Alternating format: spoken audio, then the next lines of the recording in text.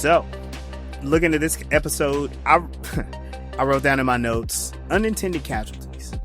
This episode is showing a lot of bad stuff happening to people, even though the intention is something completely different, right? And I think it's pretty good because we open up on Captain Lockley and her perspective of things. And this has kind of been her theme the entire time she's been on a screen, right? I guess you could say she's complaining because she has to make a decision, right? She's complaining that Sheridan put her in this predicament to make a decision, and she's just like, I don't like this. and it's just kind of funny because while they've been trying to keep like the regular Babylon 5 characters on screen as much as possible, because we like those people, we got to see what Captain Lockley is doing, right? And so now we get to see, and we are seeing her efforts to being frustrated because she sits on a very specific side of allegiance towards Earth Force and protocol and bureaucracy, and Sheridan does not. Yeah. I think that's kind of interesting. What are y'all's thoughts about what Lockley is saying? I think the way that she was recording really was given more of journaling, and I might be talking to my therapist later this week, than it did like a captain's log of just like, this is really what's going on, because her motives behind what she's doing is really irrelevant to a captain's log.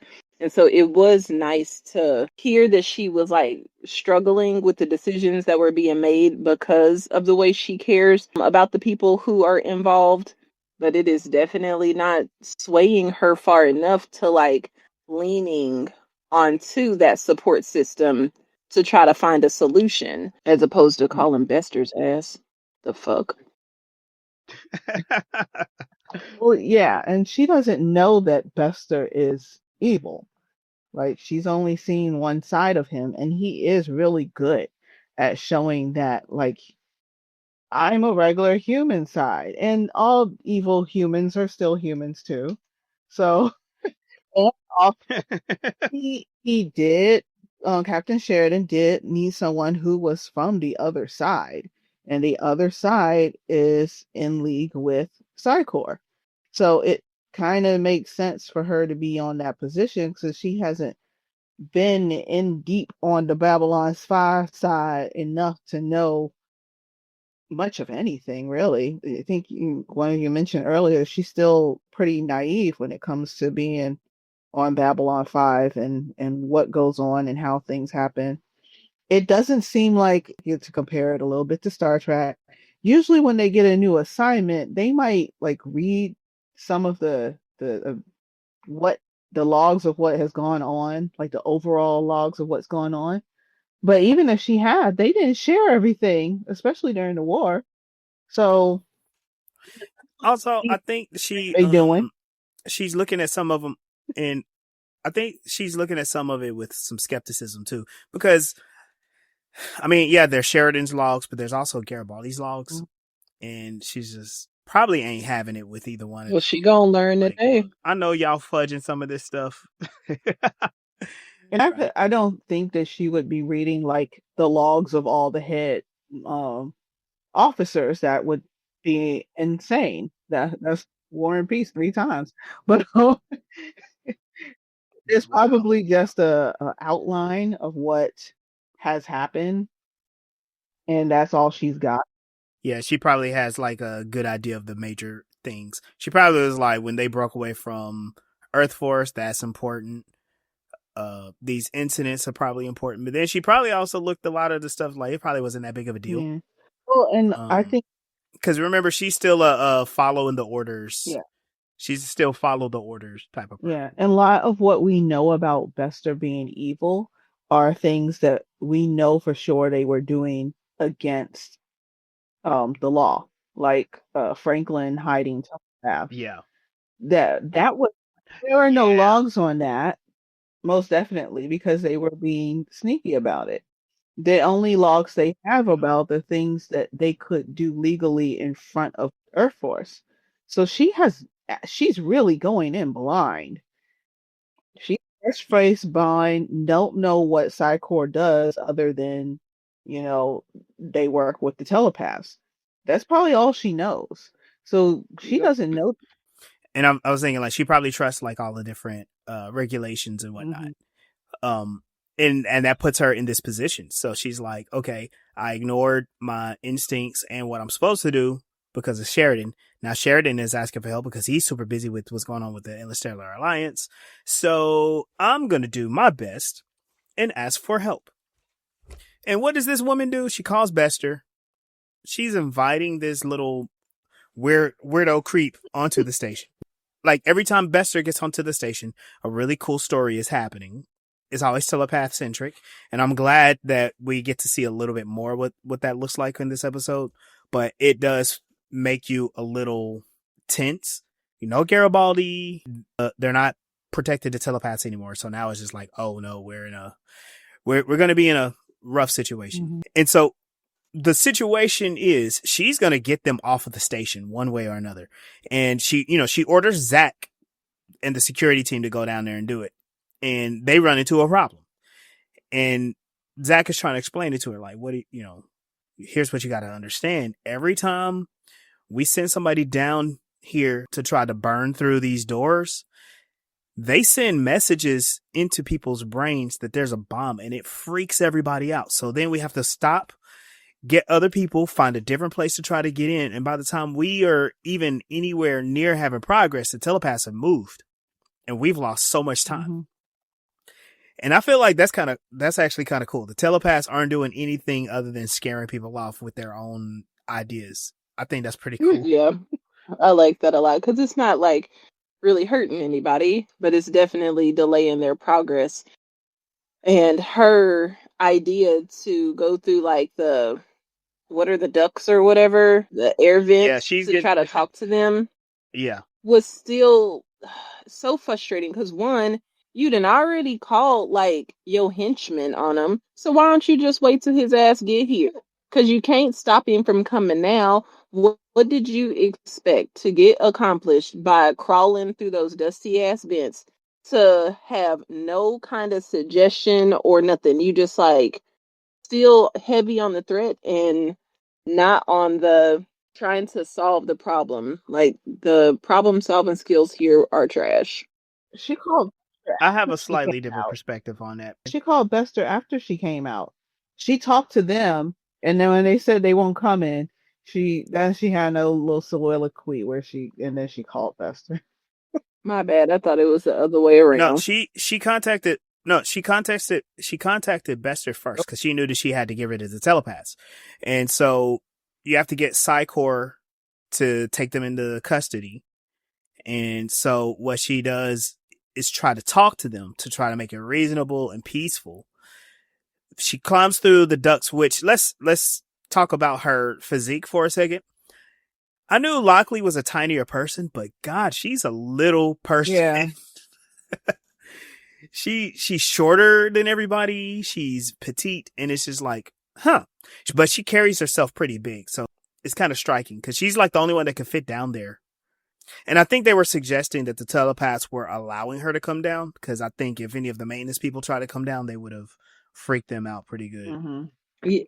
And then that also did not have like the best forethought to it because it made it seem like they were intentionally trying to draw her in for a reason. And then when she got there, they still didn't like have no new solutions to suggest or work around or anything. So Byron, his message to Lockley was, yeah, I let you down here, not because I needed you. I just wanted you to know that we're leaving. We're going to say goodbye. This is not going to be a great situation. I know what you got to do, but you've never been mean to me. You've never hurt me. We just don't see the eye to eye. That's cool. With you being respectful, I'm going to be respectful and say, we're going to leave. And I am a little torn on what Byron's goals are. Because on the one hand, he's a pretty powerful telepath and he's surrounded with some pretty powerful telepaths. But this dedication to nonviolence has put him in a literal corner. Like they welded themselves shut doing the hunger strike, and it's just making them very vulnerable. and then the worst person in the galaxy is going to come and try to pry them out of that. It makes it seem very foolish. Even though Byron is dedicated to that, the people around him are starting to get some different ideas, as we saw in the previous episode. And this is another thing that people really be struggling to grasp a hold of. You are trying to empathy your way out of a situation up against people who don't give a fuck about you. You're not going to be out here begging your oppressor to free you. And you were taking steps to get the upper hand in some way by obtaining information from all of the different worlds to, comply with your demands. But you had to have, what was the plan B if they said no, to apply more pressure in order to get what you want? But you just took 2 steps back. It's like, well, then we just won't eat if you won't give us what we want. It's like you're a toddler throwing a tantrum in the grocery store over a toy or some shit. And that shit don't be working out for them either. We'll talk about their plans with the ambassadors, because that comes into play this episode as well. I don't recall them ever just going to any of the other ambassadors or worlds and be like, "Oh, can we find asylum?" Like they just went to Earth in Babylon 5 thinking they were going to help instead of like asking anyone else.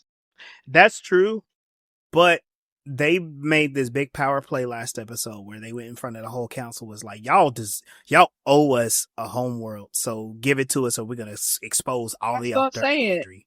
We about to drop the Epstein files right now. Instead of doing that, they could have went to other worlds and asked for help. Kind of like, well, obviously they didn't think of doing that, but I would suggest that well, that's like the family who they didn't want their son.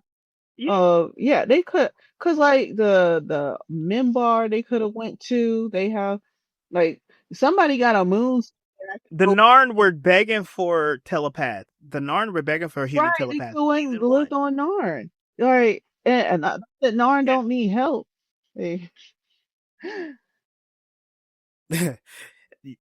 Yeah, their planet is probably not the most habitable place right now. It's better than going back to Psychor. And and Jakar's not there. True. But they were there before Jakar left. They could have asked Jakar, they could have moved to Narn. Jakar would have been in. And then we'd have no story.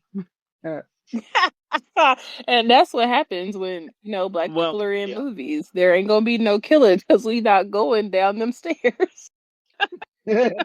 Oh my God. Talking about horror movies? Yes. Yeah. All right. So we jump to Centauri Prime. Jakar and Londo are sitting there and they are trying to figure out, like, why are the Centauri war resources being upped? Londo is like, we're not in the war. Why we got all this stuff being produced? Why we got our extra ships and all this stuff going on? And Jakar is over there just kind of like shrugging it off, and he's eating a bowl of spook, because every time you see Jakar now, you got to be putting stuff in his mouth.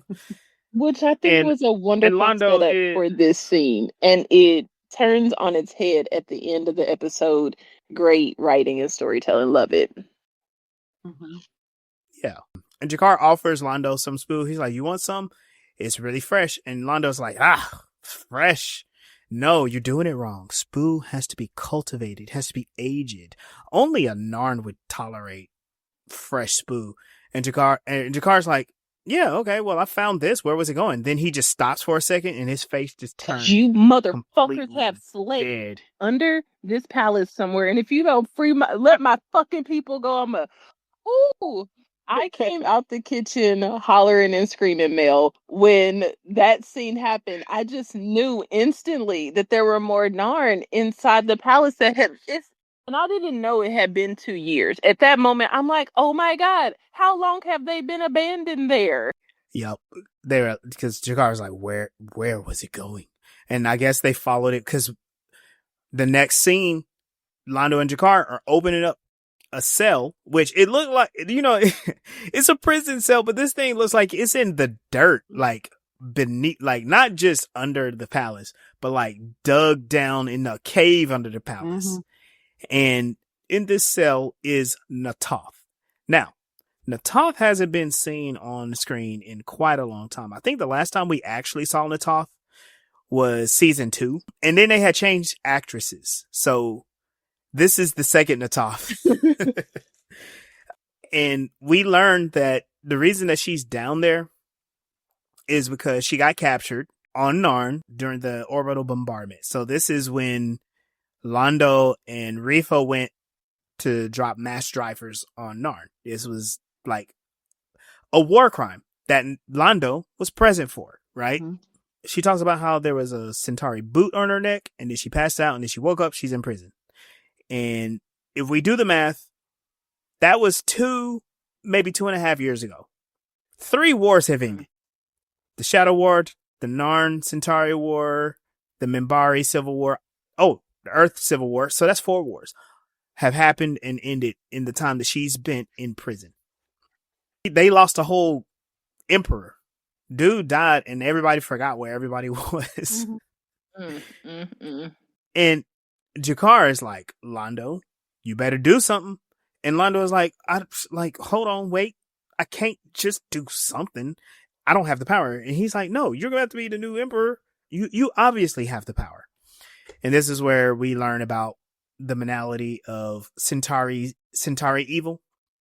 First, Londo is like, well, I can't countermand an emperor's order because I don't have the power. Only an emperor can do that. We can't rely on the regent because that dude's Looney Tunes. And so we just gotta wait. And Jakar's like, there is no waiting for this. We getting her out of here now. And then Londo explains with a story about a princess 200 years ago that saw a flower breaking through the snow. And so to protect the flower, she ordered a guard to watch the flower, to stand at this spot in the garden. And she never thought about it again. So for 200 years, a guard was assigned to that spot long after the flower had died, long after the reason was forgotten, and long after that princess had died. And going through the records, come to find out, this royal order was commanded and nobody countermanded it. And therefore, they just did it because that's what you just do. You follow orders. He kept blaming it on the monarchy, and I was thankful that they were using such specific language to express how completely and utterly ridiculous monarchies are, that they just command people to do stuff and they do it without thinking, so much to a point that they're doing something and don't even themselves know why the fuck they doing it. Like, there's nobody who can even tell you how and why you were assigned to this fucking post. So how do you serve in a capacity with any kind of like passion or diligence when you don't even know the why behind your doing something? Regardless of that, this was some of the best acting from Jakar when he was like, Londo, get her released now. And he was explaining how he couldn't. And the tone in his voice was like, not now, but right fucking now. And if you don't get this done, I'm going to burn all this shit down with you inside of it.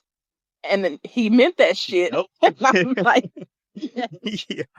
And after seeing what Jakar endured for the whole series, yeah, I kind of believe he might burn Centauri to the ground.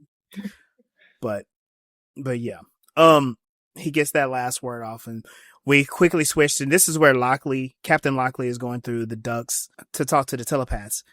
Meanwhile, Garibaldi is explaining to Sheridan what Lockley's plan is, and it's always weird to see Sheridan get this news secondhand, because his whole thing is like, oh well, there was nothing I can do. And it's like, literally, this is your fault, bro. Like, this is your fault.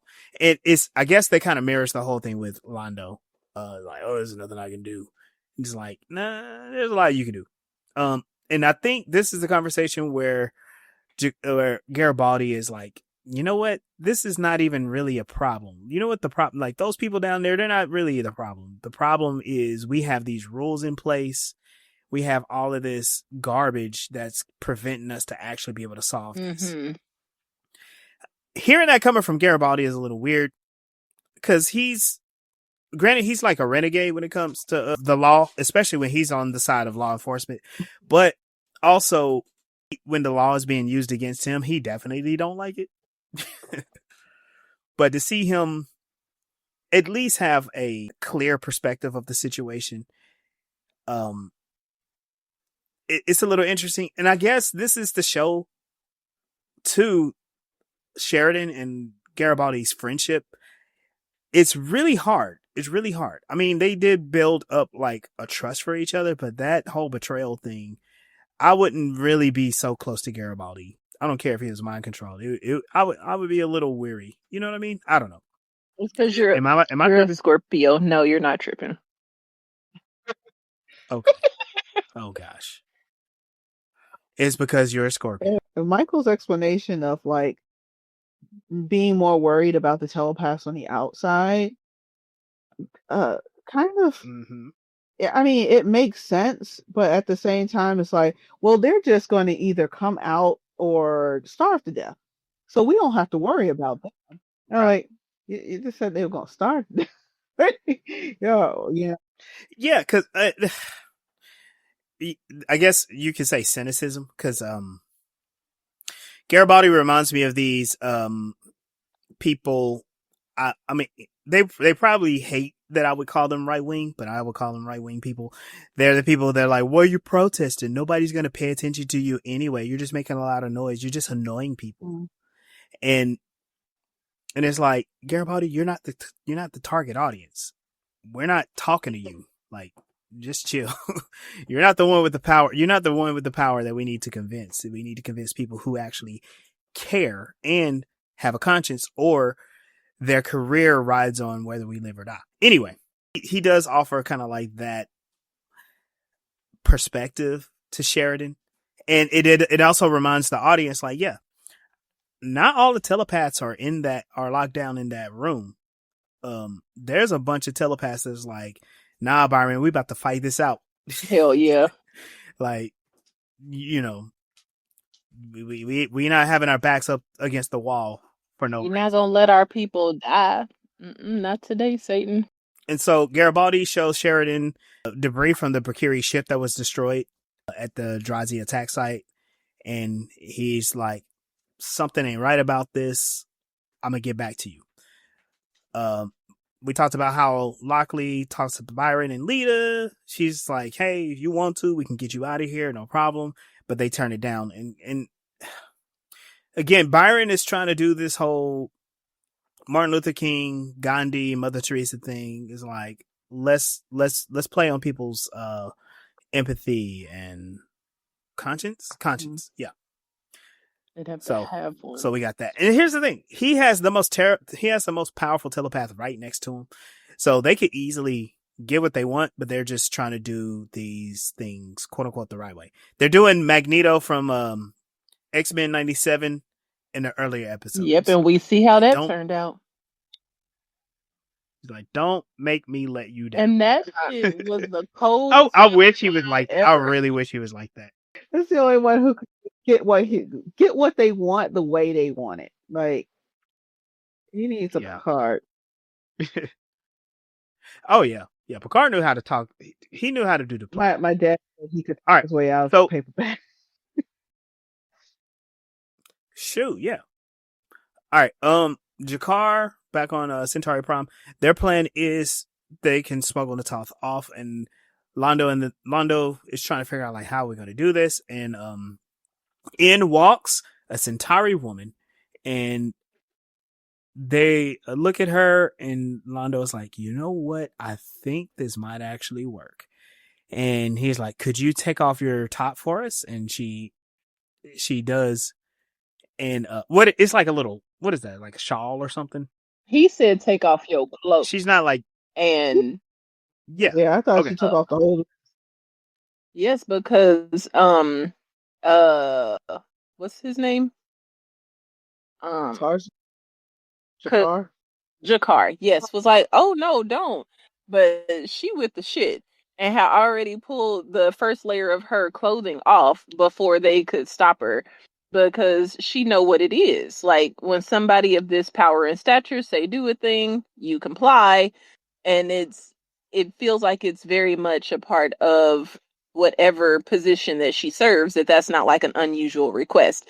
And it was funny that she hinted at the regent being a cross-dresser. She said, you really aren't Yeah, the yeah. same size as me, but I mean, it's whatever. We can do the thing. And with that kind of energy, I thought that they were going to go all the way in the direction of having the two women switch places, but that it would be presented to her in a way that she was like maybe playing some sexy game as that she was going to play a non-slave prisoner, and that she would do it willingly Oh. and like let the guard come and feed her all made up like a narn. But they didn't go that far. That's just my imagination, but that would have been lit. Yeah, because what they do is they run down to Natoth and they dress her in that Centauri's clothes and they put the veil over her head. And I thought this was great because from season 1, the women Centauri wear veils. And I'm like, brilliant. Excellent. I don't know if they knew this was going to happen, but I'm glad that they did this. Londo is getting her ready for that. We see that in the Interstellar Alliance Council meeting, the Drazi are accusing the Precari of the attacks, which the Drazi are they some thugs, but they kind of dumb too. And the Precari are like, haha, it was you guys. But then also the game, they're blaming the Drazi. And so like all of the different races and members of the Interstellar Alliance are about to get into confrontations over these attacks on their shipping lanes. Sheridan shows them the debris and they're like, look, this stuff was planted. You guys kind of chill out. We're going to figure this out. Nobody does nothing. The only person that I saw that was being reasonable was the game, which the game, they've been pushed a little bit to like pay attention over the last couple of seasons. So I'm kind of cool with them. The Precari are basically the Ferengi of this series, and the and the Drazi are, you could say they're Klingons, but I don't think they're as smart as Klingons either. I think they're just some thugs. They remind me of that one species that was just taking stuff, because that's what they said. They don't make anything, they just procure stuff. No, that was the procure. But the Drazi also kind of remind me this, that they're the ones that kidnapped Geordie LaForge to fix their machines, because they had stolen all this technology and they have no idea how to use it. Yeah, I know who you're talking about. They're often depicted as being kind of dumb, yeah, but they're spacefaring. Yeah. Well, also like what was the other thing I was gonna say? They presented this evidence without examining it at all. Like they just they examined it enough to identify it. They didn't try to see how it was broken off or anything, because you could probably identify it was probably their weapons. Never mind. I was like, they already want to accuse the other people of the problem so that they can continue to fight. They're not really invested in trying to find the real answer. They have, I guess, almost a cognitive bias of their own in this aspect, that they are, what is that called when you already have a position and then you go looking for evidence that affirms your beliefs, whatever that is. Confirmation bias. Not, yeah, that's what I meant to say instead of the other one. But the person who is setting them up knows that they will have this confirmation bias. They're like a step ahead of them. And it's very frustrating to watch like this wonderful alliance that has been formed and the difficulties that they went through to get to where they are. But then to see them not be able to work together is not surprising to me. And I had this conversation earlier today, and there will be language that I will not be able to speak on this podcast, but my resolution to these types of problems is so far extreme to where they are now, which is highlighting a successful reforming of a system, which I don't believe is possible. you see the challenges that they run into because none of these people have ever thought outside the box on their own to try to create this new thing. They've kind of been manipulated and persuaded by different problems that they've been facing, and it's like join this alliance or suffer this civil war. And so it's not like it was their idea to join together. At one time or another, there was a pressure that pushed them in the direction of doing this, right? And so at the first sign of difficulty or trouble, they're not committed to holding this together. They are ready to go back and fight and do what they've always done and always been accustomed to, and seeking power for themselves, like always. And yeah, this is what you end up with when you don't wipe the slate clean and completely start a new thing over from scratch. I mean, it's like I said last time about the Mass Effect Council. The councils of these of these stories are the most frustrating people to deal with because they have to be obstructionists. The members of the Interstellar Alliance, they had to be tricked into the alliance, and now they're being tricked into conflict, which is kind of funny. So they're obstructionists when you need something directly, but if you want them to do something, you just trick them into it. You just deceive them into it.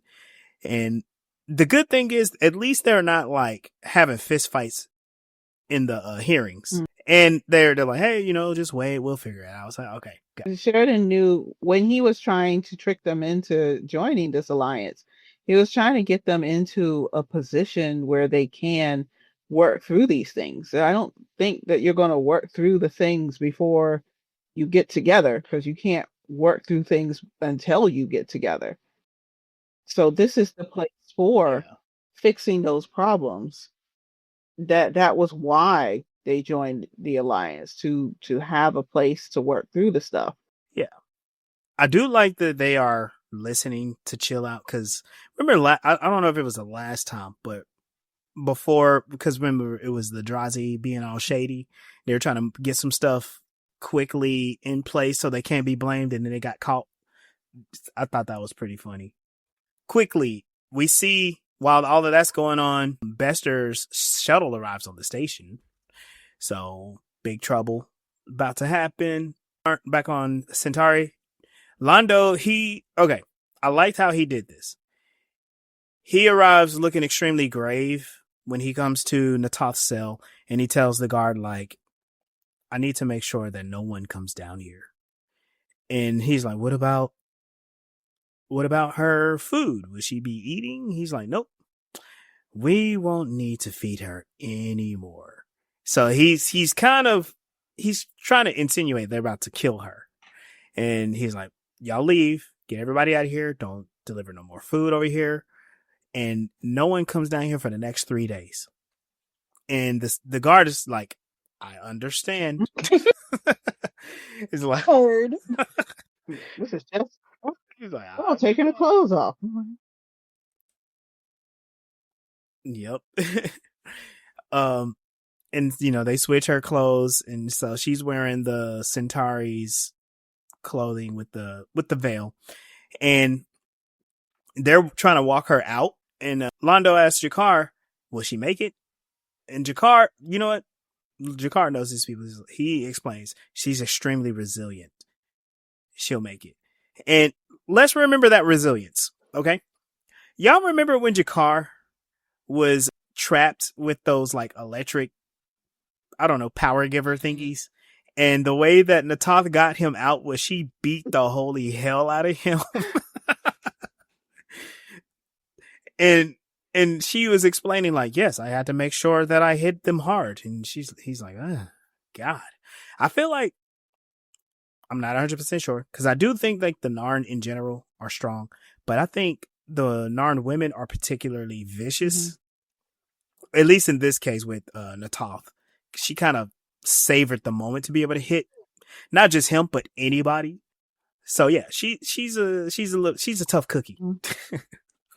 Back on Babylon 5, we see that the rogue telepaths are arming themselves, but they break into one of the security armories, and they beat up a guy, and they force the password to the weapons out of his brain, and they're like, oh yeah, we need to do a bioscan too. So they like force his hand on the scanner. Like they're being extremely violent. They're opposite of what Byron wants. Byron is upset because his followers committing violence really hurts his feelings. Oh, little baby, Mutoto Mudogo, what are we gonna do with you? Notice how they depict the different telepaths. The ones that are being violent, these guys tend to be a little bit more on they're bigger, they have long hair, they're verbal. We don't know the level of their telepathy, but they seem to be pretty capable. Remember when the telepaths showed up in Babylon 5, there were quite a few there who were nonverbal. Mm-hmm. And so there is a difference of like the type of telepaths that are doing what. Just keep that in mind. But because of this violence in Byron's name, he realizes like he's got to do something about it. While that's going on, Sheridan and Delenn, they warned the Drazi, the Bakiri, and the game about their activity. What they do is they show like, okay, now look at this screen. Do you see this? What do you see there? And the Drazi are like, those are our ships. But yeah, they're on our border and we're watching the Bakiri. And then they zoom out and they're like, do you see what's there? And the Drazi are like, what? And what they're showing them is there are a fleet of white stars watching the Drazi, watching the Bakiri. They were all complaining like, but what about our sovereignty? And Sheridan goes, pay attention. When you signed the treaty, you said that the white stars can watch over your trade lines. And we are making sure that no one group is aggressive over another one. Otherwise, you're getting kicked out. And then we're going after you.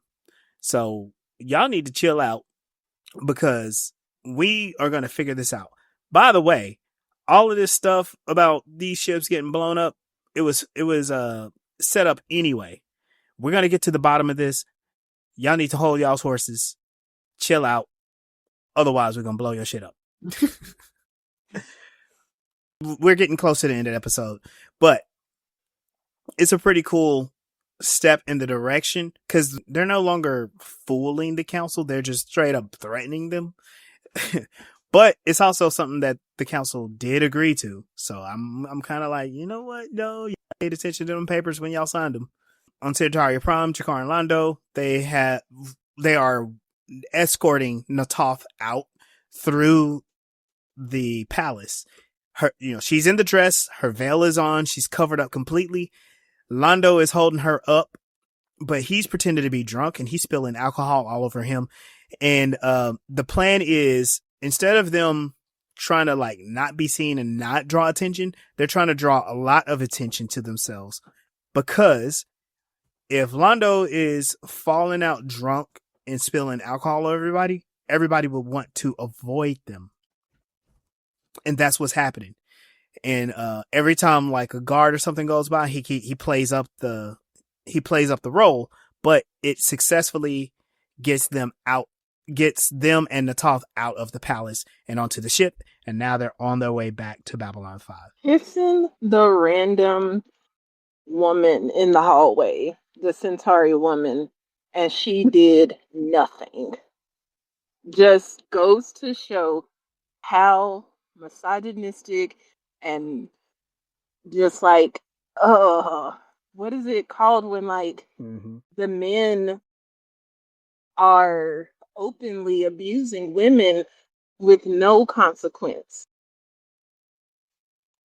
Yeah, and that is exactly what happens in our current society.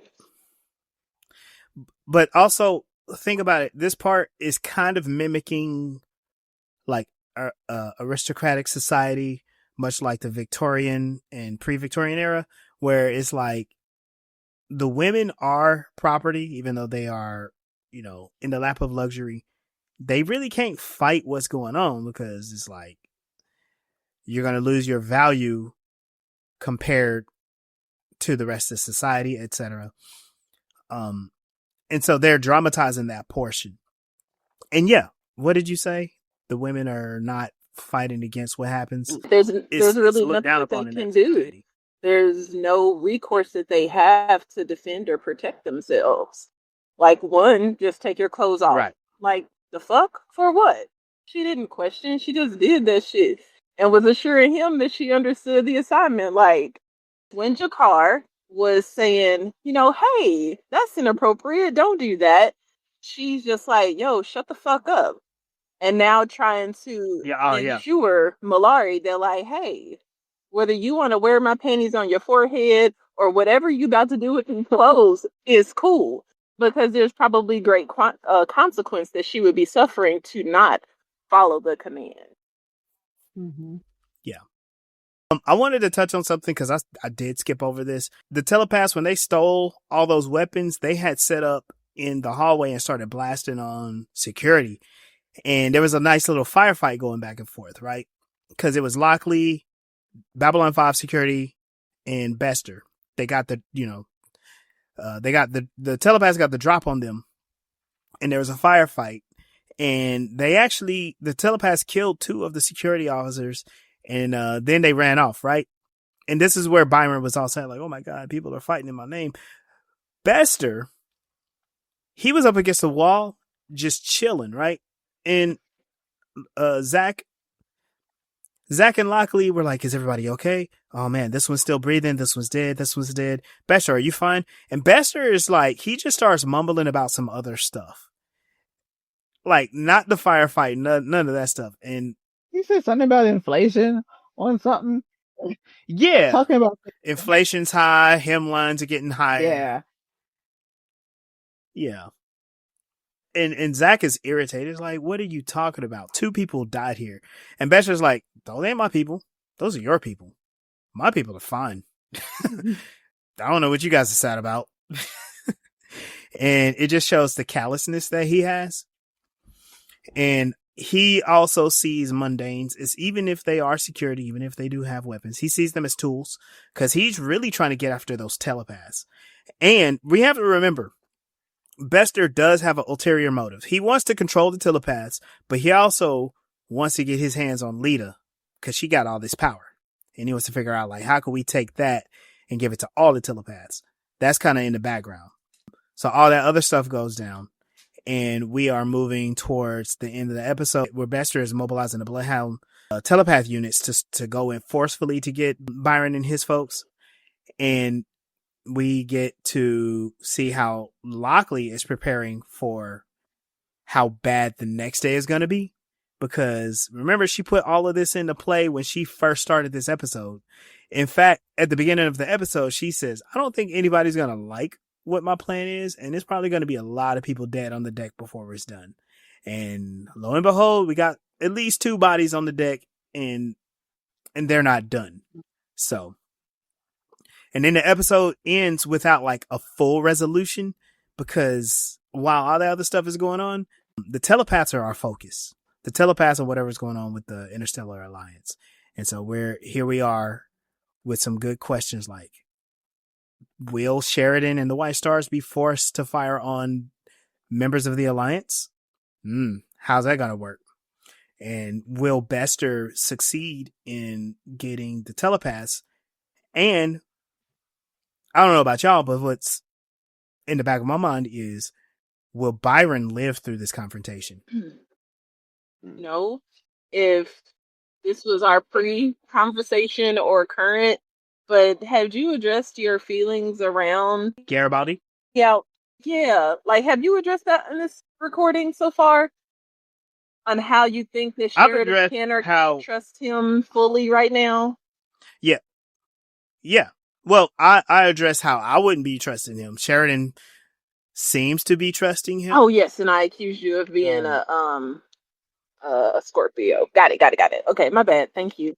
Because he hired. But I am a Scorpio though. Like, I don't understand. My birthday is it? Never mind. He hired him to be his security, so he's still kind of trusting him, even though he got him kidnapped and tortured. Yeah. You are manipulated. Okay, I guess. It was easier for me to be okay with him being redeemed because, I mean, he was legit brainwashed. And nothing that he ever did before his brainwashing was, like, downright against Babylon 5 the way Malari was. And it's been very challenging for me from the beginning because I always knew from some of the very first episodes, this guy is a dirtbag. And eventually he's going to be one of the good guys. I cannot with this whole series because I just know that this is what's going to happen. And now that it happened, I'm struggling with the fuck this. He's getting this redemption story. And now I think Malari's really done it for me. He took Jakar to his home world. He defended him without anybody having to force him to. And he kind of was struggling with like whether he could or couldn't help the woman prisoner, but he used his tools and resources to do the right thing. And 1 gold star for Malari. Fuck off. Man, I don't know if he gets a gold star. He might get a check next to his name. But in reality, he still has to own up to the fact that he started an interstellar war and almost destroyed several planets and species. He don't get a pass from me. Well, I think story-wise, especially I think the writer, the creator, was trying to use Malari as an example of someone going through an arc to change, because like we have evil people in the universe, and it's either completely wipe them out or teach them to be better. And so Malari is that character that's showing the theory of someone learning to be better. And that's a lot of what science fiction is, to take ideas from reality and use it as a scientific thought process to figure out what are the possibilities. So Malari getting a redemption arc is like the hope that maybe people who are that evil can change, or maybe the hope that we can get people to get societies to eventually learn out of their toxic behaviors, their toxic culture, their cognitive dissonance. Because it is hard. You feel like when someone is like that they're never going to change because it's so engraved in them. But when we think about how much work we go through to try to change things about ourselves, we also have to realize that these other people who have their own issues to deal with are people too. I think that's a good point, because we're seeing the story of an old empire. People are stuck on the old ways. They tried to follow that path all the way down, and they were utterly defeated and humiliated, and now they have to change as a culture. And we're also about to see what happens when a person is going to be in rulership over that society, still wanting the best, but the influence is going to be something that wants actually the worst for that society. Not for that society to rule the galaxy, but for that society to be crushed under their own rule. It is pretty interesting as an audience member and watching it. Yeah, I don't relate to the Centauri at all. They're garbage people, but they're fun to watch. And this is actually a pretty good vehicle to be able to see what may be in store for empires as they get long in the tooth, Mm-hmm. Yeah. All right. So let's go ahead and get ourselves out of here. Thank you all for joining us for this episode of Voices in Hyperspace. You can catch us on all of your favorite streaming services, and it'd be really awesome if you went to our YouTube to like, share, and follow us there. We're also on Facebook, where you can continue the conversation. All of this at Voices in Hyperspace. If you want to check me out and see the little bit that I'm doing, I'm on Instagram and on TikTok at Legendary Black Lion. So, yeah, go ahead and add me. I'm Mel Asylum. You can find me at melsrebellion.com. You can find me on YouTube at Mel's Rebellion, and my TikTok at Mel Asylum Books. And you can find my book on melsrebellion.com. Tell me what you think. This is Sunday, and you can find me at a poker table. And until next time, we'll see you out there. Peace.